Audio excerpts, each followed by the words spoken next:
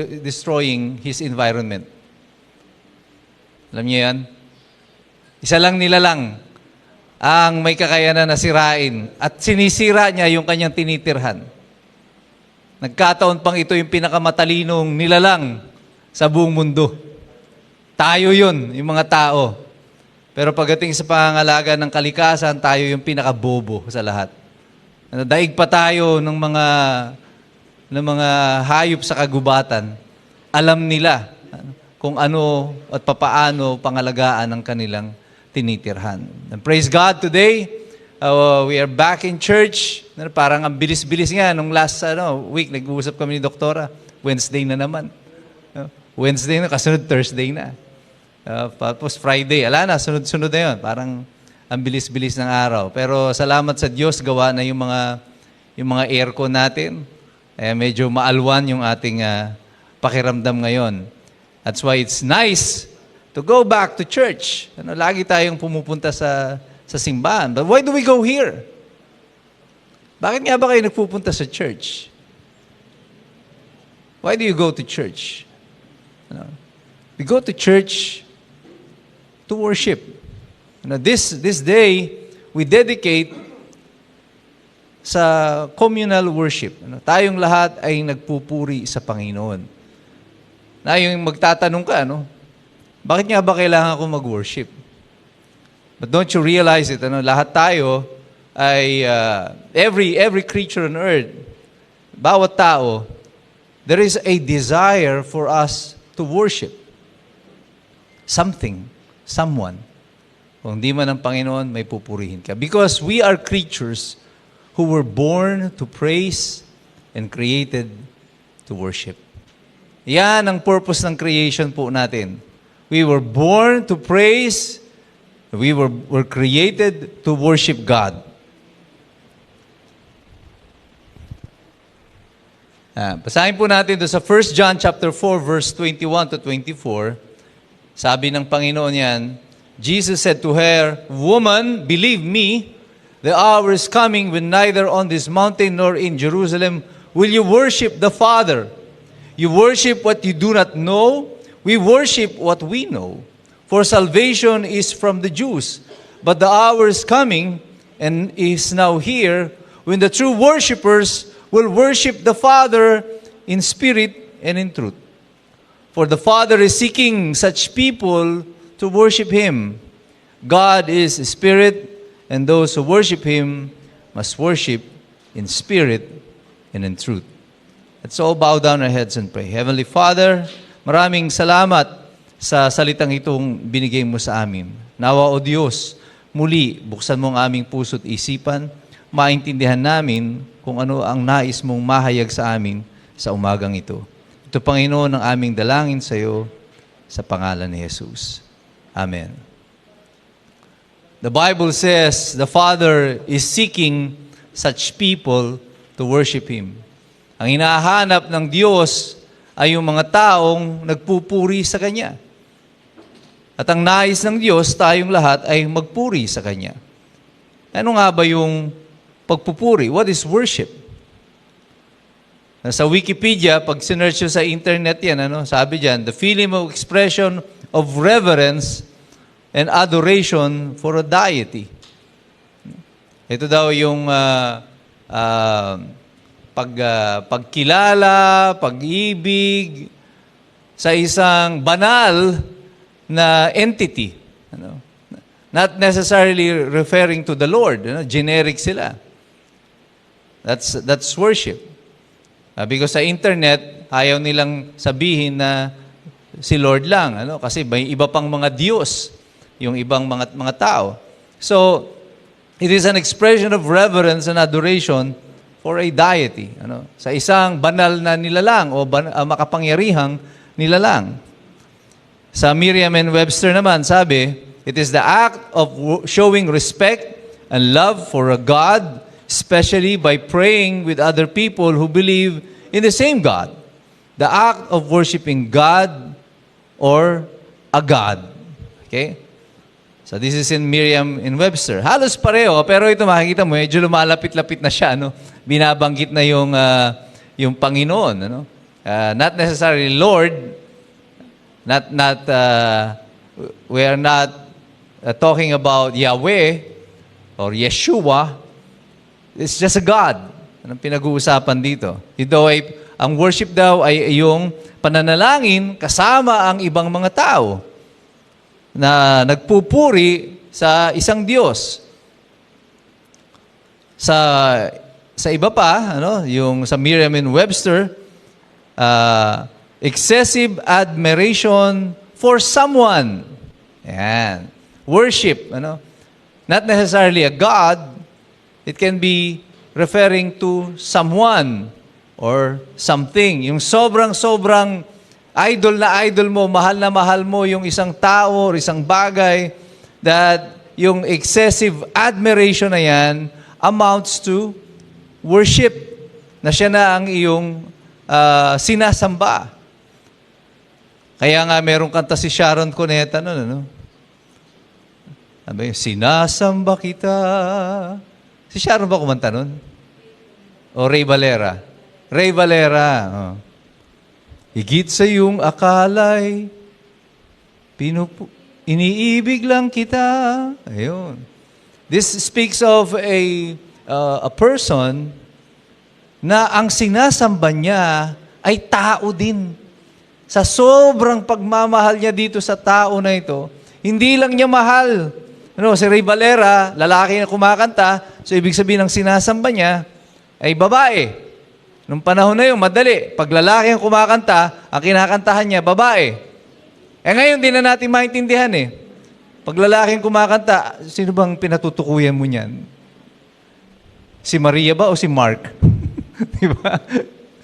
We get confused already about the idea. But the main idea is that worship ay pwede rin palang i-direct hindi lang sa Diyos, kundi sa isang tao o sa iba pang nilalang na sobra-sobra nilang minamahal.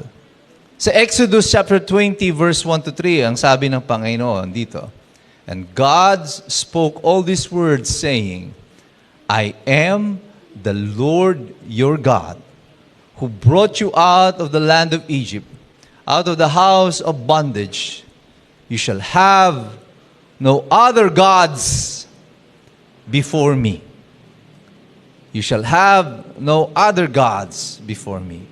Bakit sabi ng Diyos, no other gods?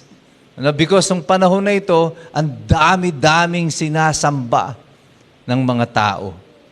Nandyan si Baal, nandyan pa yung ibang yung mga emperor, yung mga hari, nagsinasamba rin bilang mga Diyos nila. Mga man-God, ang tawag nila doon. Lalo sa Ehipto. And the Lord is telling the Israelites, you shall have no other gods. Wala nang iba, kundi ako lang. Nang sinabi ng Panginoon nito, ano ang ibig sabihin nito? We are creatures that worships. Tayo ay mga nilalang na sumasamba. Haven't you noticed it? Na anumang panig ng mundo ka magpunta, kahit na sa kabundukan na hindi pa nakakarinig ng salita ng Diyos, ang tao laging may sinasamba. Even the most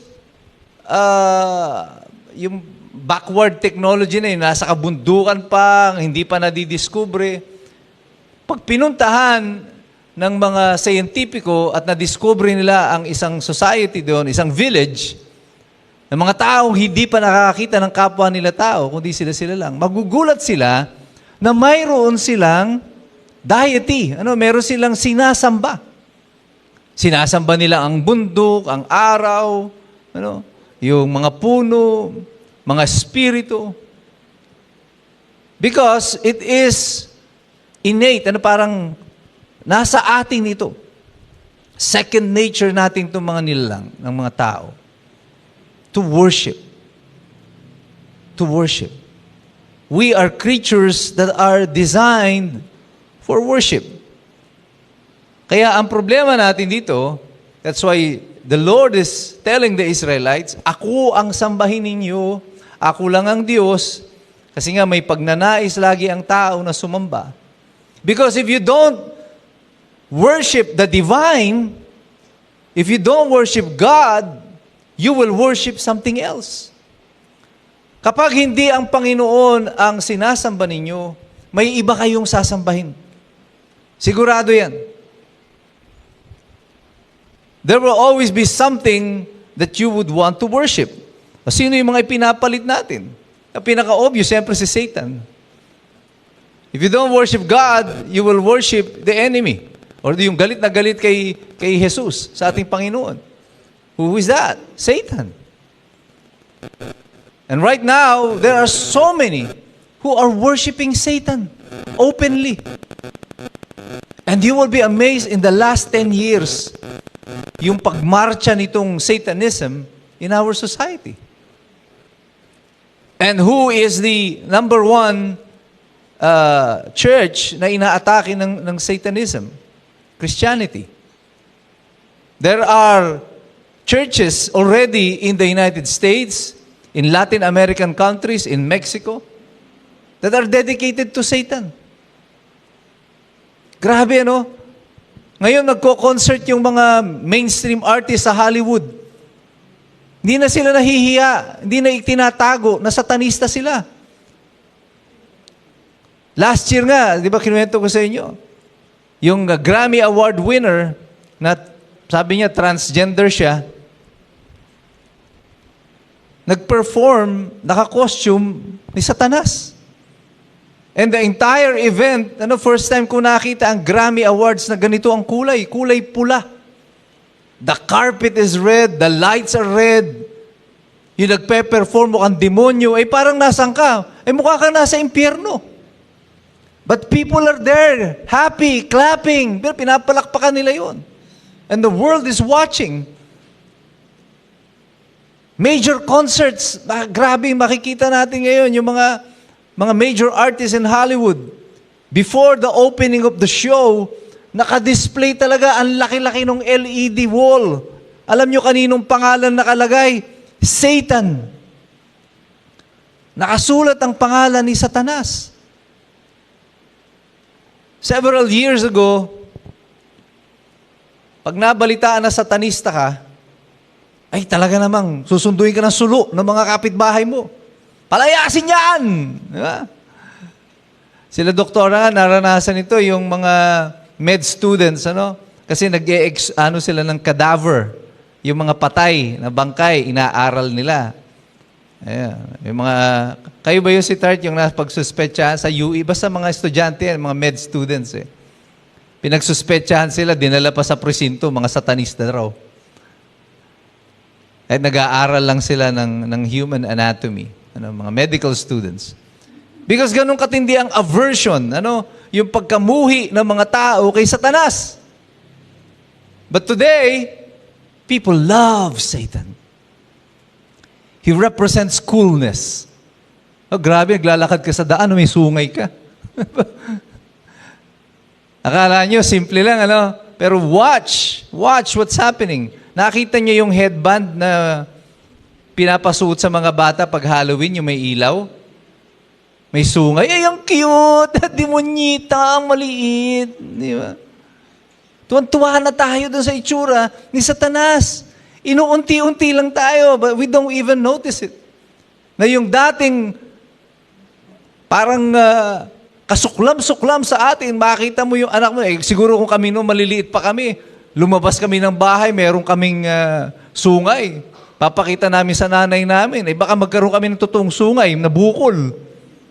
Hatawin ka sa ulo sigurado ng nanay mo. Ngayon, pag naglagay ng sungay yung maliit na bata, yung cute. Di ba? Ang cute-cute ng demonyong ito. Di ba? So we accepted it. And without even realizing it, we are normalizing evil. We are normalizing Satan sa mundo natin. It became acceptable. Kaya ngayon, inuunti-unti nila, yung mga concert, nakalagay na, Satan, Puro demonyo na yung nagiging symbol. And si Jesus napunta in Rio de Janeiro. Dati nagsasayawan lang yung mga Yung mga transgender dyan, o mga babae na parang mga perlas-perlas lang, mga glitters lang, yung takip sa katawan. Ganun lang yun eh. Noon, ino-object na yan ng mga Kristiyano na parang napaka-pagan ng ritual na ito. Sa US, yung Mardi Gras, yung sa New Orleans, yung maghahagis ng beads na ganyan. Ang gagawin ng babae, para siya hagisan ng beads. Yung beads na yun, puro plastic lang naman. Pero iniipon nila yung beads. Pero bago sila hagisan ng beads, papakita nila yung boobs nila. And it became normal sa lahat na ganun ang kagawian. And the only time that the Mardi Gras stopped sa New Orleans ay nung binaha yung New Orleans. Ano bang typhoon yun? One of the strongest ever. Ang tindi ng baha sa kanila. And it was stopped. Now what else? If you don't worship Satan, you worship money. Pera. Ang ating sinasamba. That's why many people today, pag nagkaroon ng conflict between God and money, sino sa tingin yung mananalo? Money. Kaya nga kapag Sunday, alam mo ng designated worship day mo yan, yung Sunday. Pero nagkataon na meron kang trabaho. Anong gagawin mo? Hindi ka pupunta sa church.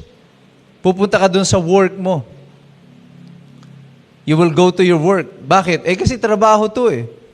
Yung church lang naman yun eh. Kaya nga sabi ko sa inyo, marami na mga nagpe-pray sa Lord. Lord, bigyan mo akong trabaho. Binigyan ni Lord ng trabaho. This coming Sunday, wala na. O anak, nasan ka na? May trabaho ako, Lord. So our priority is always money rather than God. Again, sasabihin niyo, kulit-kulit ko na naman. O babalikan ko na naman yung vote buying sa ating bayan. Nananakit na yung lalamunan ng pastor. At yung ibang mga lingkod ng Panginoon. Huwag niyo bebenta yung boto niyo. Pagdating ng halalan, one day lang naman to, pastor, pagbigyan niyo na kami. Sayang din naman yung blessing. Di ba? I'm not condemning you for it. But I'm just telling you the truth. But here's another truth. Kaya kayo alam ninyo na masama ito. Yung vote buying. Kaya hindi nyo madala sa simbahan yung pinakinita ninyo. Doon sa vote buying. Alam niyo bakit? Nahihiya kayo kay Lord. Ayaw nyo lang aminin. Pero at least, tutuwa ako na nahihiya pa rin kayo kay Lord. No, on that regard. Kaya binibiro ko kayo noon nakaraang halalan. Sabi ko, magkano ba yung dito sa Limay? 4,000. Ako, di 10% noon, mga tigpo 400. Baka ako i-round off, gawing 500. Yung iiwan ng mga miyembro. Ay tinignan ko yung offering basket, kulay pula pa rin.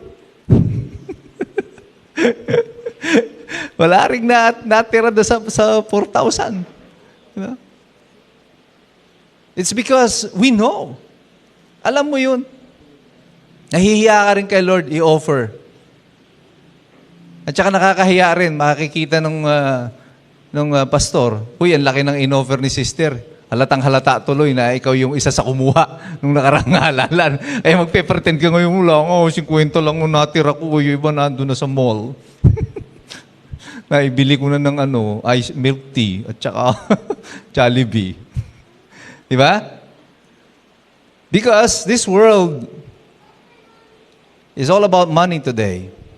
Kaya wina-warningan tayo ng Panginoon, di ba? The love of money is the root of all evil. Ang pagmamahal sa salapi. Yan ang ugat ng lahat ng kasamaan sa mundo, sabi ng Panginoon. It's not money. Hindi pera ang masama. Yung pagmamahal mo doon sa pera, yung preference mo sa pera over God. And therefore, you start to worship money rather than to worship God. Power, kapangyarihan. Many people today, again, kadikit ito ng pera. Because in our society today, ang may kapangyarihan, yung mga may pera.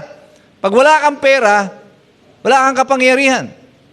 That's why nung nagdidebate noon sa Kongreso, tungkol din sa SOGI Bill, our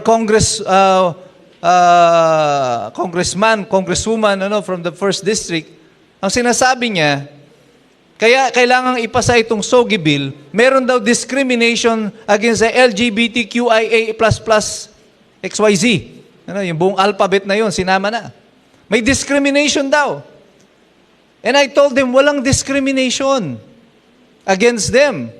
And my greatest example is that you became congresswoman or congressman despite of the fact that you are a transgender.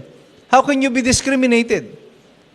Pero, kung magpatakbo ka dyan ng isang transgender na hairstylist lang o manikurista, sa tingin ninyo mananalo yon?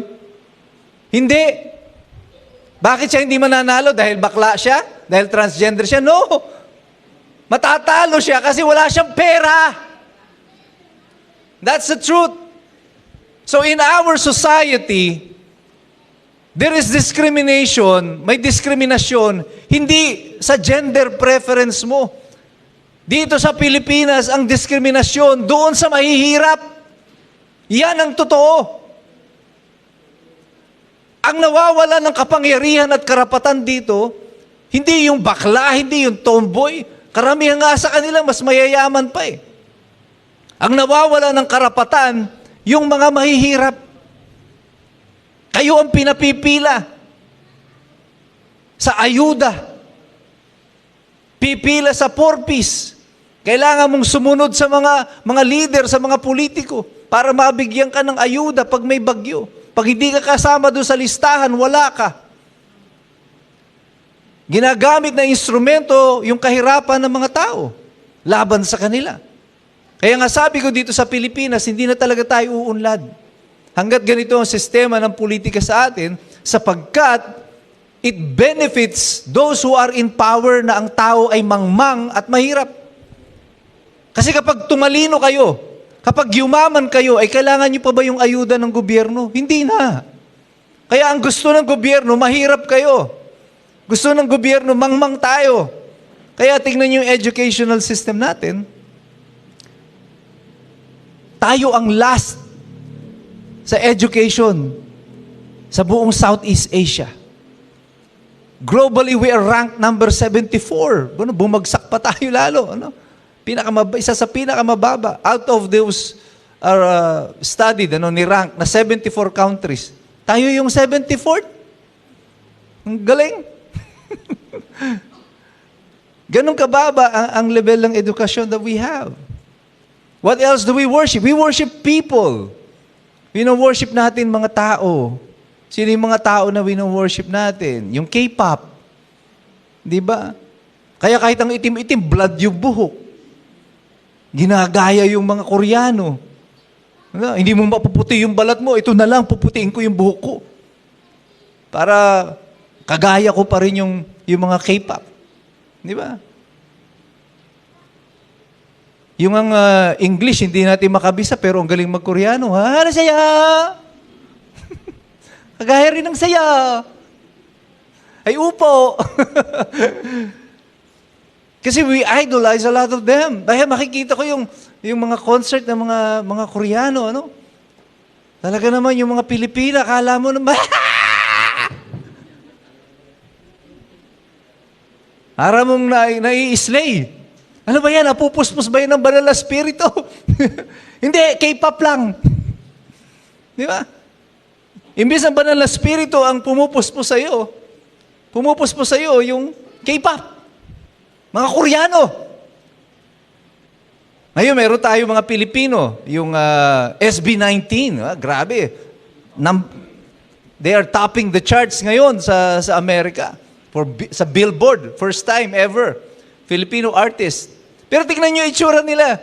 Mukha rin K-pop. Because that is the one that is yung uso. Ito ang dinidiyos ng mga tao, yung ganitong mga itsura sa kasalukuyan. Nakita ko nga yung may video sila sa isang event, lumapit yung isa sa doon sa mga SB19, doon sa isang negra. Akala mo nilehans Nadaanan lang kinawayan lang siya Parang nilehans, nakita ko, gumanong-ganon yung tuhod niya talagang. Babagsak na. Sabi ko, ganito yung epekto ng banal na spirito pag napupuspos yung tao lalambot yung tuhod mo, babagsak ka. O kaya rin pala mga K-pop to. Mamimili ka. Diyos o K-pop? K-pop kami. K-pop, di ba? Bland niya ako This is the world today. Many people idolize other people.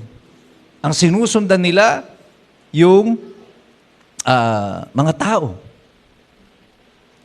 Hindi makamemorize ng Bible verse, pero memorize lahat yung kanta ng Koreano. Imagine mo yun, hindi mo naiintindihan yung kanta, pero memorize mo. Nung bata pa kami, ako memorize ko din yung kanta ng Voltes 5. Hindi ko naman naiintindihan kung ano yung kanta niya. Pero gustong-gusto ko kasi yung Voltes 5. Lalo na yung ending song ng Voltes 5. Yung My Father. Adoreta Shindu Abe Ichikawa Lashasi. Yun ang gustong-gusto namin noon. And this carries on until today. We idolize a lot of people more than we worship God. Inuuna natin sila. Kaya pag may concert, yung mga kabataan, nakikita ko iba, pag nadinig may concert yung paboritong artist, mag-iipon ng pera, hindi kakain, yung baon iipunin para maka-attend ng concert. Pero pag sa church, estudyante pa lang naman ako. Exempted pa naman siguro ko sa bigayan dyan sa church. Wala akong pera Pero pag K-pop, pati medyas, pwede ba isang laing medyas? Maka-attend lang ng mga concert. Why? People are more important than God for us. Fame, kasikatan. This is what many people today are after. Kasi ngayon, ang bilis-bilis sumikat. Nakikita natin yung mga sa YouTube, yung mga ganda, yung mga sexy, pero marami doon, mga pangit din, di ba? Pero sikat. Yung mayaman, dahil doon sa mga kalokohan na pinagpo-post nila. And when you watch many of their contents na ginagawa nila doon sa YouTube, napapansin ko, karamihan sa kanila, mga pranks. Yung lolokohin lang nila yung tao. So, paglalaruan nila yung kapwa nila, pagtatawanan, makita maraming views. Kasi yun ang gusto ng mga tao. Yung alin? Yung pinagtatawanan yung ibang mga tao. Yung nakikitang katawa-tawa yung ibang tao. Tapos, ngayon, nakita natin na kapag pala ginawa mong katawa-tawa yung kapwa mo, sisikat ka, kikita ka ng pera, it became a norm for us ngayon. Yung ganitong behavior. Na inaalas ka natin yung tao, in public. That's why many young people today, napakasama ng kanilang behavior. Because it is being rewarded.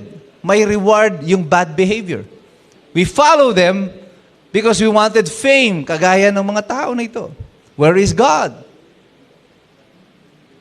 Wala na yung Diyos.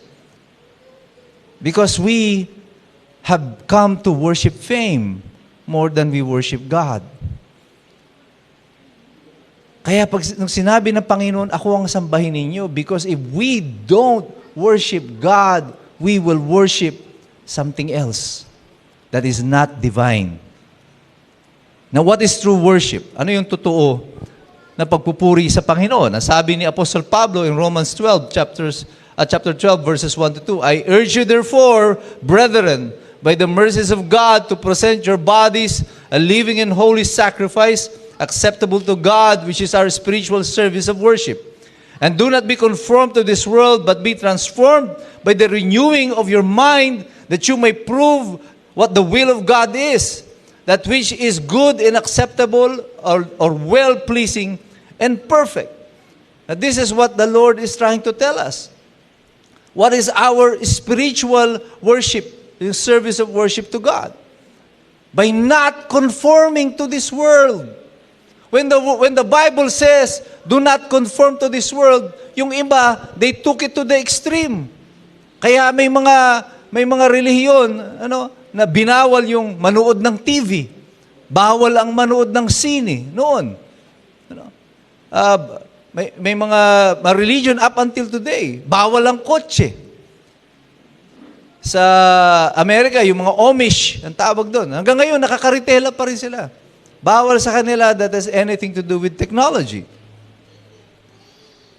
Yung iba gusto, gawa lang ng Kristiyano ang gagamitin daw. Yung ang awitin, basta daw secular music, wag kakantahin. I remember niya, yung isang kasama namin nun sa church, tinanong siya ng kabataan, bawal daw yung secular music. Paano po si Gary Valenciano? Trabaho niya po yun, na siya ay a pop artist. Ang suggestion niya, pwede naman magbago ng trabaho. Ano magiging trabaho ni Gary Valenciano? Titinda ng siomai dito sa Talking Hands. It's not that, When the Bible says, do not conform to this world, what he is referring to is the sin of this world, of being an unbeliever. That's why sinabi niya dito, but be transformed by the renewing of your mind, that you may prove the will of God. Ano ba yung will of God? Diniscuss na natin ito before. The will of God is for everyone to know that Jesus Christ is Lord and Savior. Ang lahat ng tao ay makakilala sa Panginoong Hesukristo. Our renewing of mind here is believing yung metanoia, diniscuss natin ito several weeks ago. The changing of your heart, the changing of your mind as to who Jesus is. Sino ba si Jesus sa buhay nyo? Renew your mind kung ano si Jesus sa buhay ninyo. Jesus is not just an image of a church. Jesus is a Savior, the Savior. Siya yung tagapagligtas nating lahat. And without Him, everything that we do will be useless. Walang silbi lahat itong ginagawa natin kung wala si Jesus. This music that you play, the songs that you sing, going here in church, if Jesus is not God, this is useless. Walang silbi po ito. Mag-uwian na tayo. But because our mind is renewed, alam natin ang katotohanan. And we worship God in spirit and in truth. We worship God in spirit and truth. Ano yung katotohanan na yun? That is the truth that we all know. Dapat alam ninyo na si Jesus ay Diyos. Na siya ay namatay para sa inyo at sa ating mga kasalanan. Na siya ay bumangon na magmuli to conquer death. At siya ay babalik na muli. This is the completion of the gospel, the return of Jesus Christ. And everyone should know, lahat ay dapat makaalam, that this is the Lord that we believe in. Ito yung Diyos na pinaniniwalaan natin. Not money, not power, not fame, hindi K-pop, not any of those things. Hindi material na bagay, but God, the Lord, Jesus, His return. This is the reason why we are here. This is the reason why we worship. This is who we worship. We worship the Lord who is divine. Ang kataas-taasang Diyos, siya lang ang ating sinasamba and He is our priority. Sa Kanya lamang tayo nakikinig, sa Kanya tayo susunod, sa Kanya tayo kakapit. And this is the reason why you are here, mga kapatid. You come to church to worship above everything else. Wala tayong ginagawa dito, even yung pakikinig natin dito, awit and everything that we do is all about worship. And that's what God is looking for. Yung sinasabi ng Biblia, ito ang hinahanap ng Panginoon sa inyo, mga kapatid. Hindi yung kanta ninyo, hindi yung tugtog ninyo, hindi yung alay ninyo. What God is looking for is your worship. Yung pagsamba ninyo sa ating Panginoon, ito ang kanyang hinihintay at inaabangan. What is our motivation? We worship God for everything. Ano? Kasama dito yung the good and the bad. Everything that happens in our lives, we worship God for it. Mabuti man o masama, everything. I-worship natin sa Panginoon. And even the Bible says, if you don't worship God, pati yung bato, i-worship yung Panginoon. Iiwanan ka sa worship. If you don't worship God, even the rocks will worship God. May magpapatalo ka ba naman sa bato? Yung bato is an inanimate object. Hindi yan makakagalaw, but it is capable of worshiping God. Ikaw, your design is unique. Tingnan ninyo sa buong creation dito sa mundo. Is there any other animal? Is there any other creature na kagaya natin? Naglalakad sa dalawang paa, umpisahan natin doon, at may kamay. Is there any other creature kagaya nun? Yung creature na apat ang paa, ang dami niyan. Yung creature na may buntot, madami yan. Yung creature na may pakpak, marami din yan. Pero yung disenyo na kagaya nito, meron bang iba na nilalang na kagaya natin? Wala. You know why? Because we were created in the image of God. Amen?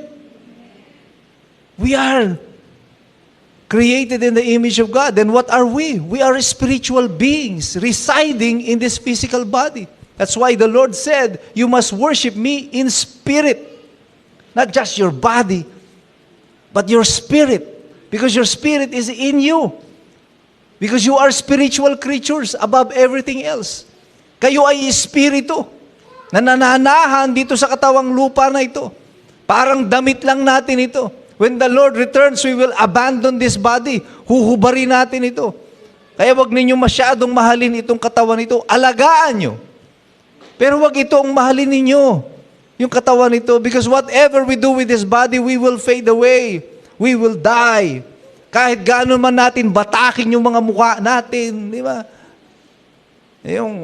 Dati no nauso yung tawag yung facelift.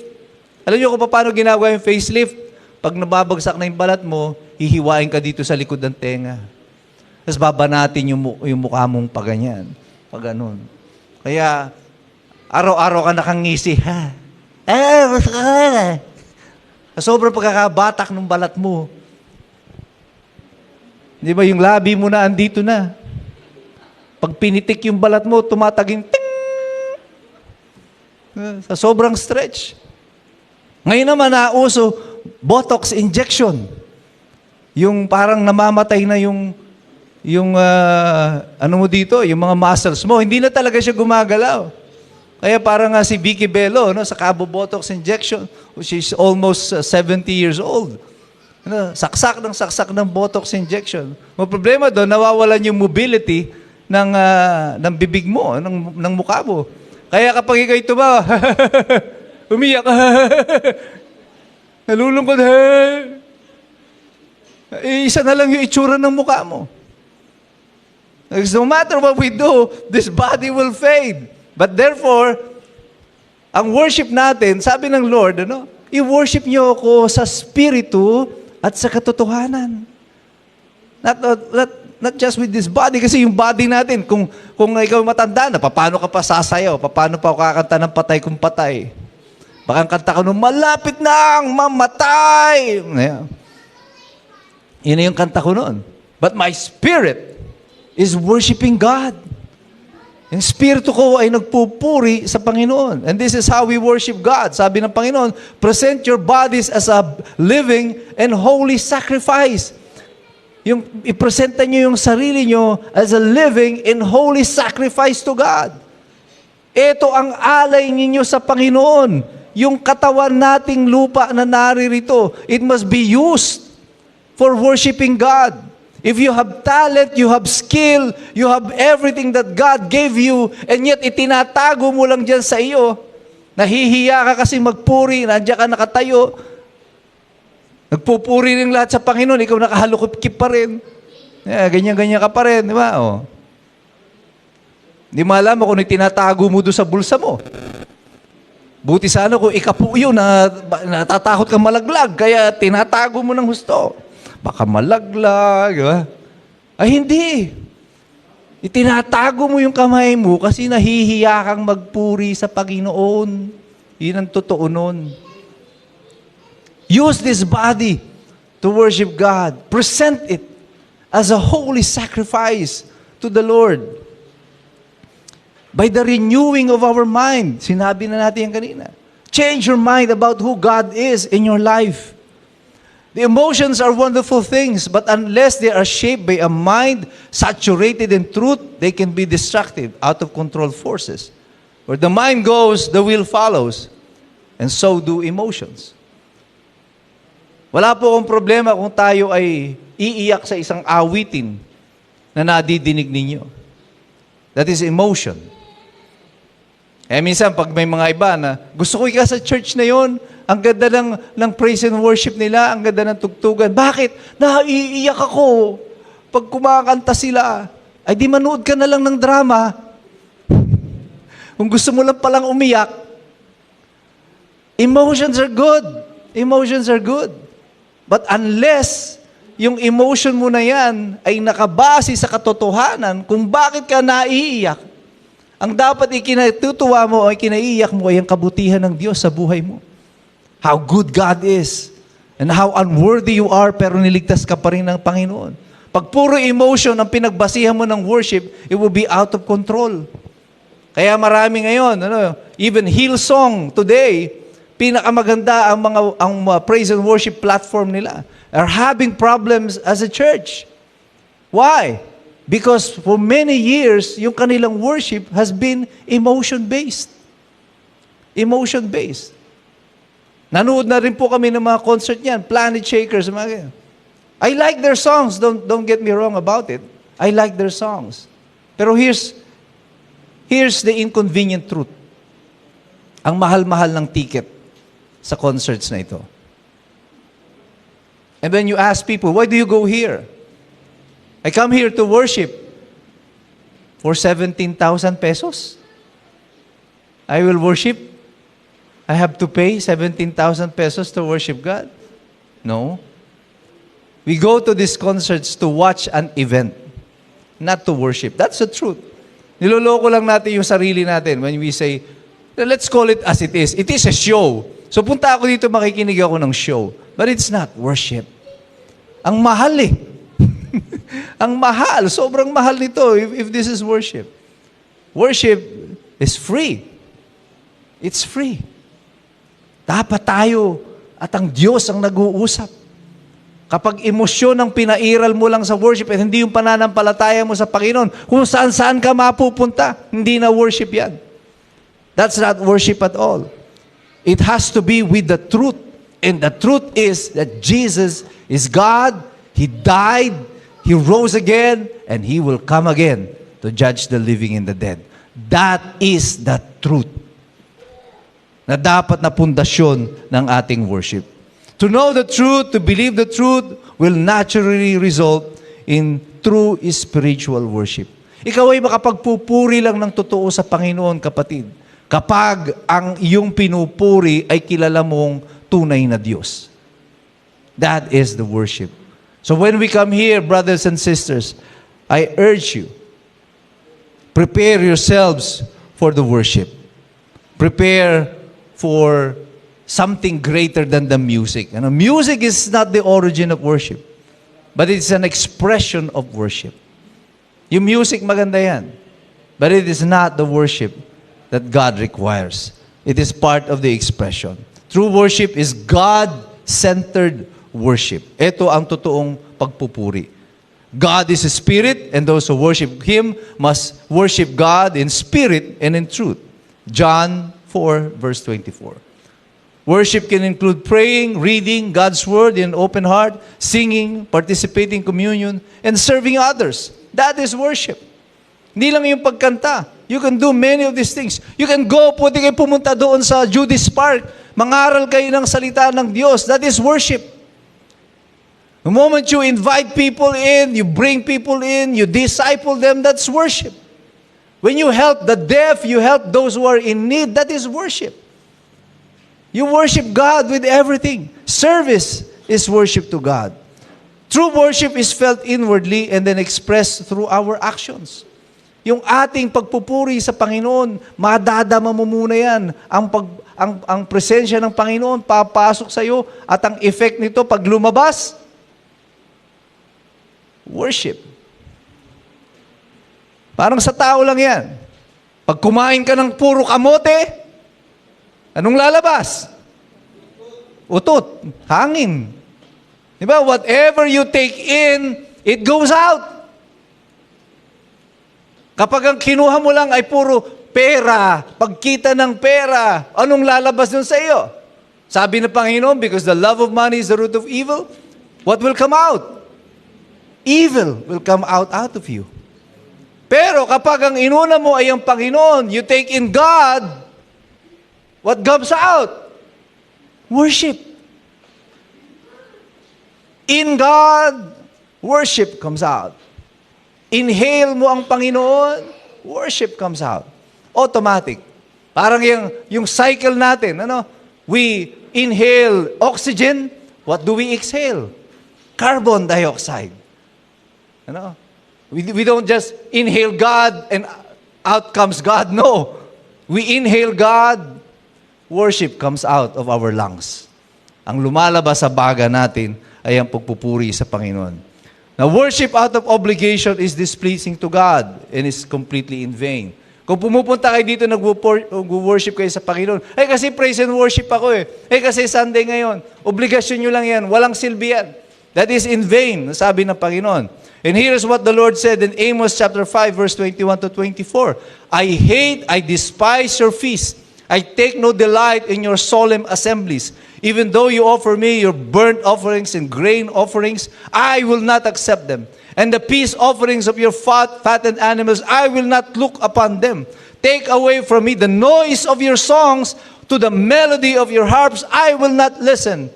Let justice roll down like waters, and righteousness like an ever-flowing stream.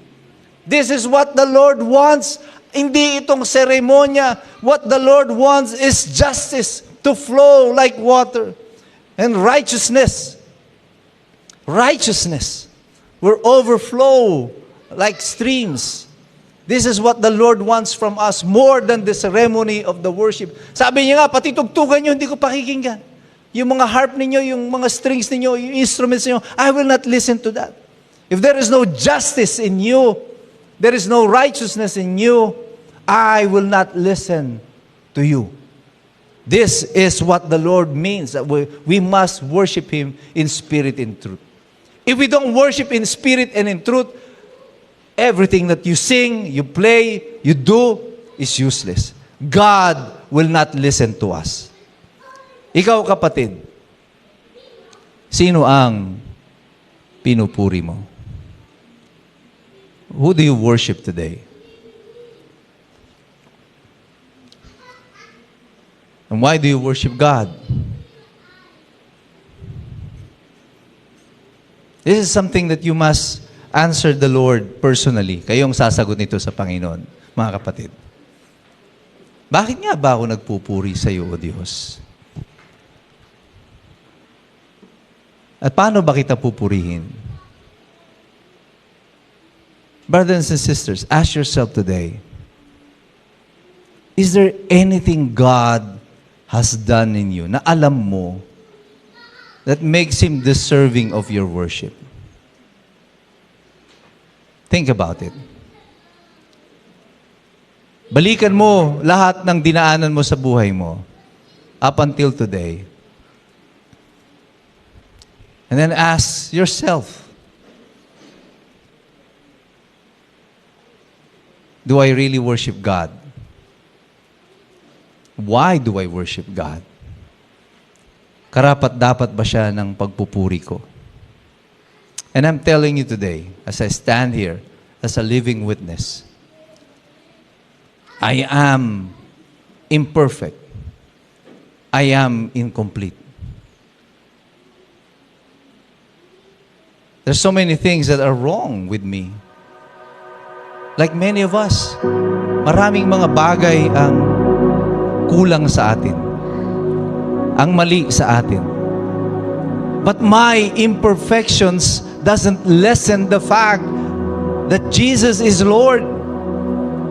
That He is God. That I must worship the Father in spirit and in truth. It doesn't lessen the fact, hindi ito nababawasan ang pagka-Diyos ng aking Diyos na sinasamba dahil sa ako ay makasalanan. I worship Him because He is God. And though I am imperfect and unworthy, He is worthy of all my praise. Because He has always been faithful to me. Kasi kahit ganito ako, mahal na mahal ako ng Diyos. Kahit na kulang ako lagi.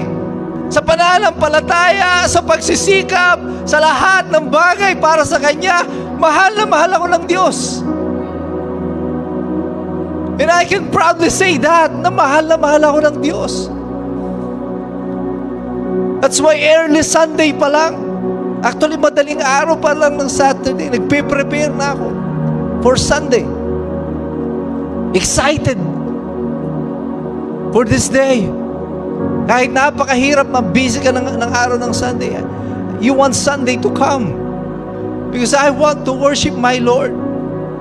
This is the only way I can pay Him back with my worship. Because there is nothing I can give God. Anong ibibigay ko sa Diyos para sabihin kong quits na kami?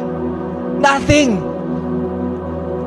Wala tayong pwedeng ibalik sa Panginoon para sabihin mo sa Diyos, Lord, tabla na tayo. Hindi tayo tatabla sa Diyos. But this is all I can give God. Ito lang ang kaya ko, Panginoon. And this is everything that I've got. My worship for you. No one can take it away. Walang makakabawi nito sa inyo. Walang makakakuha nito sa inyo. Walang makakapagbayad nito sa inyo. Your worship to God is personal to God. Walang katumbas yan na halaga. And therefore we come to church prepared and ready. Lord, here I am. The same guy as in last week. Kulang, makasalanan, imperfect. But I am here, Lord. I am here to worship you. Because I love you. Because you love me first. Dahil nauna kang nagmahal sa akin. That's the reason why we are here, brothers and sisters. So I ask you today, who do you worship? Sinong sinasamba mo? And how do you worship God? Paano mo sinasamba ang ating Panginoon? These are questions that you must answer the Lord today. He's speaking to you, watching you. Pinapanood ka niya. And tell Him, Lord, here I am. I'm ready to worship you. Let's all stand up and pray. Hallelujah. Heavenly Father, God, thank you, Lord, for this day. Thank you, Lord, for your message. Thank you, Lord, for speaking to us. Heavenly Father, we know, alam na alam namin, Panginoon, ang aming mga pagkukulang sa iyo. There's so many things that are wrong with us. There are so many things that are wrong with our life. We are not perfect, oh God. And we don't have solutions to all of these problems that we have. I have so many concerns, Lord. Ang dami kong problema sa buhay. Pera, relasyon, mga sitwasyon sa tahanan, mga bayarin. Hindi ko alam, Lord, kung anong gagawin ko. But I come here to you today, Lord, with all of my burdens, my faults, my problems. And I come here, Lord, an empty creature. Wala akong laman, Panginoon, kung wala ka sa akin. And this is everything I've got, Lord. I'm giving it up to you. Sinusuko ko sa iyo, Panginoon. I surrender to you my worship, O God. As I breathe you in, let my exhale be worship. Ang bawat salita, ang bawat awit, ang bawat galaw, Panginoon, upang purihin ka sa kabutihan mo sa aking buhay. The fact that I am still here, standing before you today, Lord, is a testament of your goodness, of your faithfulness. Though we are unfaithful, God, you have never been unfaithful to us. At hiyang-hiya kami sa iyo, Panginoon. And we thank you, God, for everything that you have done in our lives. And let every breath that we take, Lord, every exhale, sa bawat paglabas ng hininga namin, Panginoon, hayaan mo maging papuri ito sa iyo. Let our life be a life of worship, O God. Let every step that we take, Lord, ay hakbang patungo sa pagpupuri sa iyo. Gamitin mo ang bawat isa dito, Panginoon, upang akayin pa ang mga tao na hinahanap mo, kagaya ng sinabi mo, na hinahanap mo na magpupuri sa iyo. Use us, Lord, to find these people, to gather these people, so we can worship the Lord. We can worship you together, O God. Kasiyahan mo, Panginoon, ang iglesia na ito. We're doing our best, Lord. We're doing our best to follow your instructions and your command, to reach the unreachable, to invite the uninvited, to love the unloved, so we can all worship together. And this, Lord, we declare and ask you in the mighty name of our Lord, our Savior, Jesus Christ. Amen and amen. Palakpakan natin ang ating Diyos na buhay.